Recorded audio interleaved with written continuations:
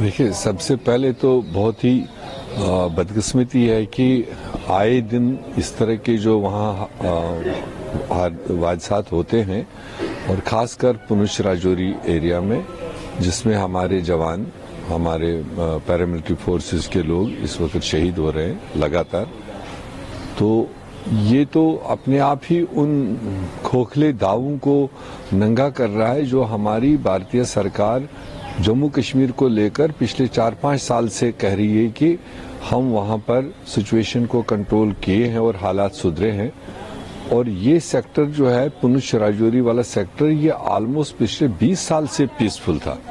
ये पिछले 4 साल में इतना वल्नरेबल क्यों बना, ये समझ में नहीं आ रहा है और ये भारत सरकार को देखना चाहिए।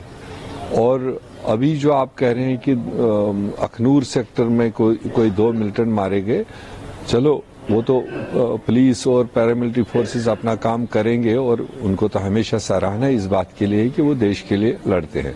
मगर कंसर्न ये है कि जो राजौरी सेक्टर में या उससे पहले वैली में मतलब हादसे हुए जिसमें अच्छे हमारे बड़े लेवल के ऑफिसर्स और मेजर और कर्नल मारे जाते हैं, उसको लेकर चिंता का विषय है। और ऐसे में भारत सरकार को क्लियर कट देश को बताना चाहिए कि जम्मू कश्मीर की अंदरूनी पोजीशन है क्या। ये जो पर्दादारी करके यहाँ एक पिक्चर पेश की जा रही है और अंदर से हम दूसरी सिचुएशन फेस कर रहे हैं और हमारे फोर्सेस फेस कर रहे हैं, शायद ये कहीं ओवर कॉन्फिडेंस के चक्कर में हम अपने जवानों को तो नहीं खो रहे हैं। आप सर, सवाल उठ जम्मू कश्मीर में सुरक्षा व्यवस्था को लेकर और सरकार जो है पर्दादारी कर रही है, लेकिन मनोज सिन्हा जो वहाँ के राज्यपाल हैं, उन्होंने कहा कि अगर एक इन्वेस्टर मीट में उन्होंने कहा अगर किसी को इन्वेस्ट करना हो तो कश्मीर जैसा माहौल अभी नहीं है। तुलना उन्होंने बंगाल से किया कि बंगाल से बेहतर माहौल अभी कश्मीर का है, वहाँ की सुरक्षा व्यवस्था को लेकर है, वहाँ के प्रोग्रेसिव एडमिनिस्ट्रेशन को लेकर है, इसलिए आप आइए और कश्मीर में इन्वेस्ट करिए।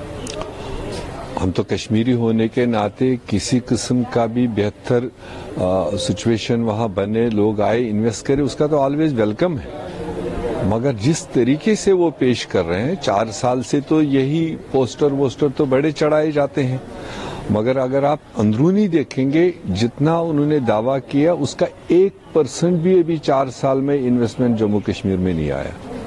सम्मेलन बड़े हुए, इंटरेक्शन बड़े हुए, दुबई में भी हुए, बंबई में भी हुए, दिल्ली में भी हुए, जम्मू कश्मीर में भी G20 को लेकर के ठीक ठाक स्टेक होल्डर। मगर इस तरह के हादसात उस इन्वेस्टर को तो रोक लेते हैं ना, क्योंकि कोई भी इन्वेस्टर अनसेफ सिचुएशन में तो इन्वेस्ट करना नहीं चाहेगा जब तक कि उसको नॉर्मलसी इंश्योर न हो। But how can you see the comparison with Kashmir? नहीं, अब बंगाल तो एक पीसफुल क्षेत्र है और जम्मू कश्मीर तो आपको बेहतर पता है पिछले 30-32 साल से तो एक मंडलाए हुए बादलों के बीच में मतलब रह रहा है।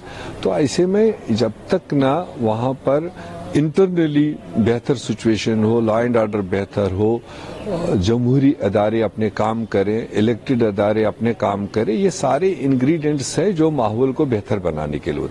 अब कोई एक आदमी या 4 ऑफिसर ये कहेंगे कि हम ठीक कर चुके हैं, ये ठीक है सब कुछ, मेरे ख्याल से वो कोई बड़ी सर्टिफिकेट नहीं है। सर्टिफिकेट अगर ठीक होने की है, अर्बन लोकल बॉडीज कैंसिल क्यों किया, पंचायत चुनाव डेफर क्यों कर रहे हैं, असेंबली चुनाव कर क्यों नहीं रहे, ये चीजें पूरे देश को मतलब एक सर्टिफिकेट मिल जाती है कि वहां बेहतरी है, लोग पार्टिसिपेट कर रहे हैं, लोग नुमाइंदे बन गए, वो माहौल को बेहतर बनाने में डिफरेंट तरीके से, लोकल तरीके से अच्छा बना लेते।